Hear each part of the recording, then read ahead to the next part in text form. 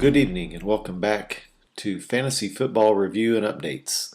It's been a couple weeks since our last broadcast and we've had some technical difficulties here, lots of things happening around the fantasy world and the work world, so apologize for missing a week, but we'll update you on the happenings of both weeks in the Southern Indiana Pigskin Fantasy Football after these messages.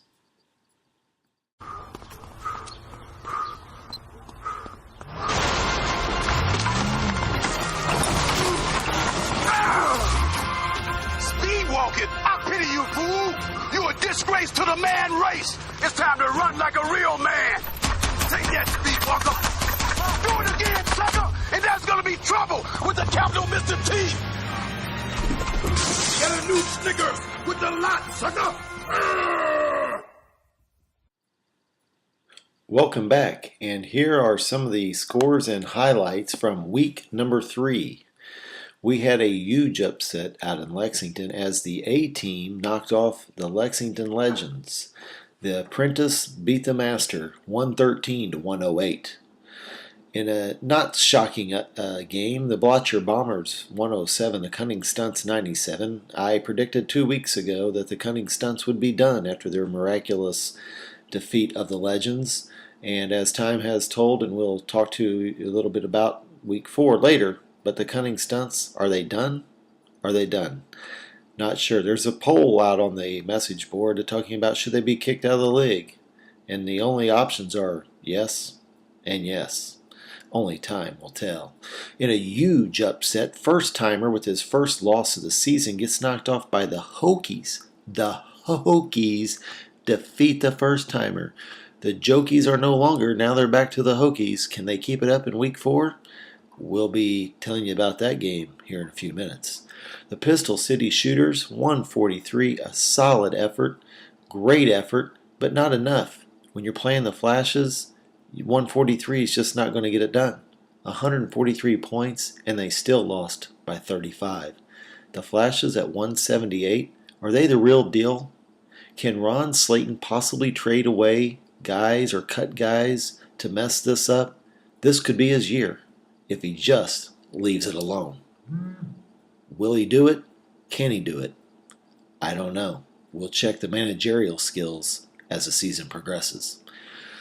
Special Eddies in a low-scoring affair, a defensive slugfest, 91 in the Lake Iola Ocelots, 75. 75 points. Low-scoring affair, but the Eddies with the win. The BR Bombers, 108. They came out of the gate weak in week 1 and then really started pouring it on, but in week 3 got defeated by the Ramrod, 163 to 108. After week 3, Ramrod was the sole undefeated team at 3-0 and was playing very, very well. We'll be back with more in just a few minutes.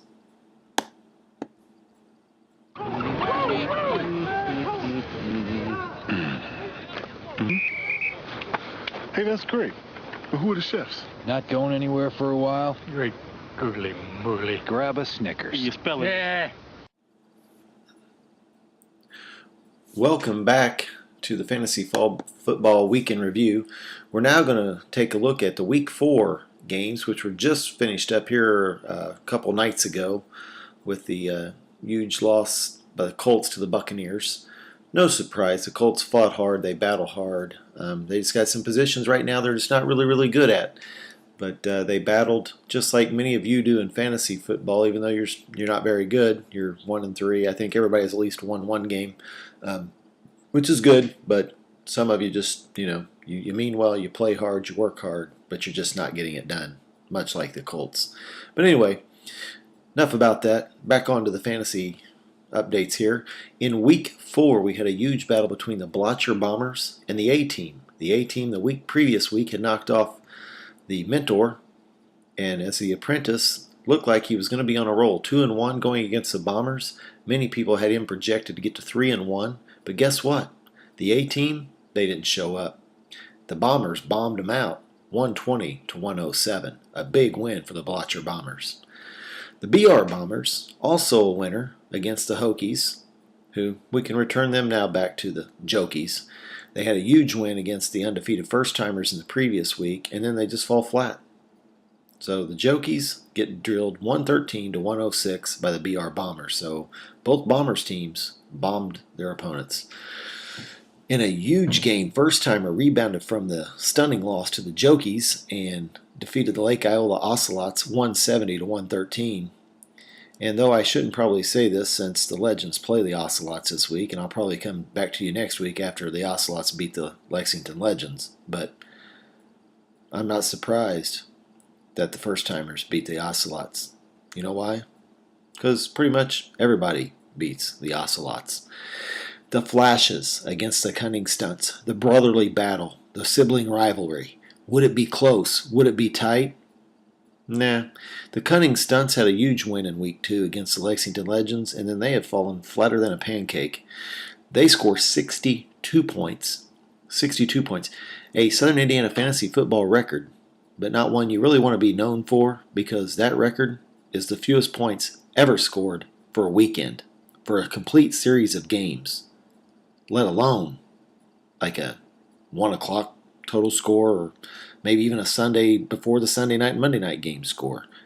This included all the 1 o'clock games, all the 4 o'clock games, the Sunday night game, and the Monday night game, and all they could muster was 62 points.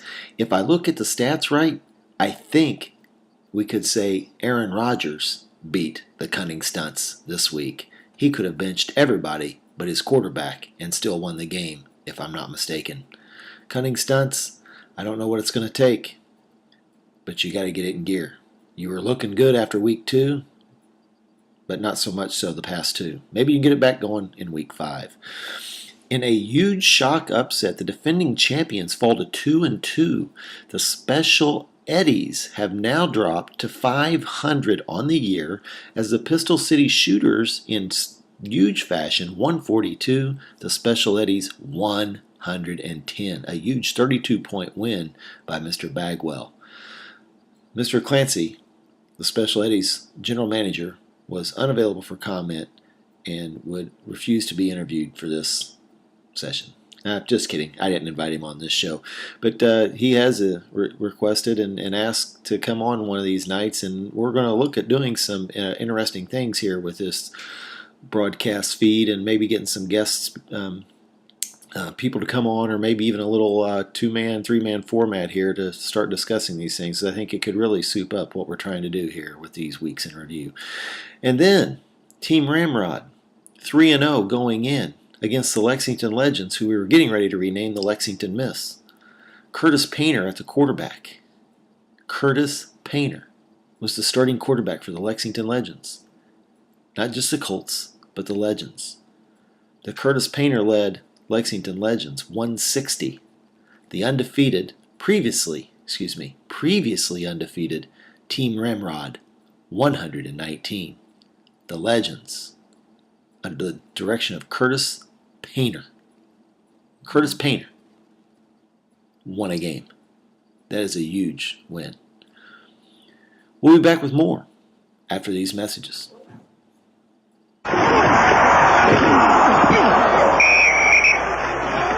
You okay? I'm fine. Let's go. Hold on. Where are you? I'm in New York. Who am I? Hey, Coach. And who are you? I'm Batman. Sit down. You don't understand. I'm Batman. I do. Not going anywhere for a while? Grab a Snickers. Hello, good citizen. My name is Batman. You could be my assistant. Would you like that? Would you like to ride with Batman? Welcome back. We want to take a quick look at the standings before we wrap up the week in review here for the Southern Indiana Pigskins Fantasy Football. We have quite a battle brewing in the standings. It's been a pretty even season so far, in all honesty, and all joking and all kidding aside, even though we give some certain people and some certain teams hard times here. That's all in good-natured fun. But right now, we have a 3-team tie amongst the top, without looking at all the tiebreakers and whatnot. The first-timer, even though after a crazy trade, a just absolute insane trade that cost him a game in week number 3 to drop to 2-1, he's now bounced back to be 3-1. He's up there. The Flashes, 2 of the 4 games over 200 points, a 178, a 133 blip is their only loss, and they stand at 3-1 too. Many people have speculated over the course of discussions throughout this past week. The Flashes, can they be beat? Can Aaron Rodgers be stopped? How about Wes Welker? Of course, a couple properly placed blows to a couple knees, and that team is done. Or a couple boneheaded trades or drops, waiver wires. There's lots of things that could still get in the way of the Flashes, so just stay tuned on that. Team Ramrod, they're the real deal. They just had a big flub against the Legends in week number 4, and they dropped to 3-1, but they still sit right at the top. Those 3 teams right now are leading the race at 3-1. In the bottom of the pack, we have the Jokies, the Ocelots, and the Cunning Stunts, all sitting at 1-3, and all on the outside looking in. Right now, we have 6 teams, all tied at 2-2.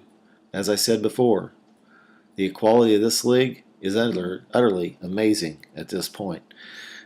At 2-2, we have the Pistol City Shooters, we have the A-Team, the Lexington Legends, the BR Bombers, the Blotcher Bombers, and the Special Eddies. It'll be interesting to see how things shake out this week as we head to Week 5, the first week of the bye weeks for the real NFL players, not the fantasy guys, but the real NFL guys, and how that will impact certain teams in certain matchups. As we all know, the schedule determines a lot. Who's playing who determines a lot. But one of the things that can really be interesting now is who has who on a bye and who's playing who on the bye. Because as we know, there's really nobody to pick up off the waiver wire. And if you do, you have to drop somebody you've been counting on all season. So it's strategy. It's challenging. Some of you have to use your brain, which probably puts you in the bottom half of this league. But that's okay. We'll see how it all shakes out. And with that, we're going to sign off and call it a week. We'll see you after this weekend's games. Good luck to all, and to all, a good night.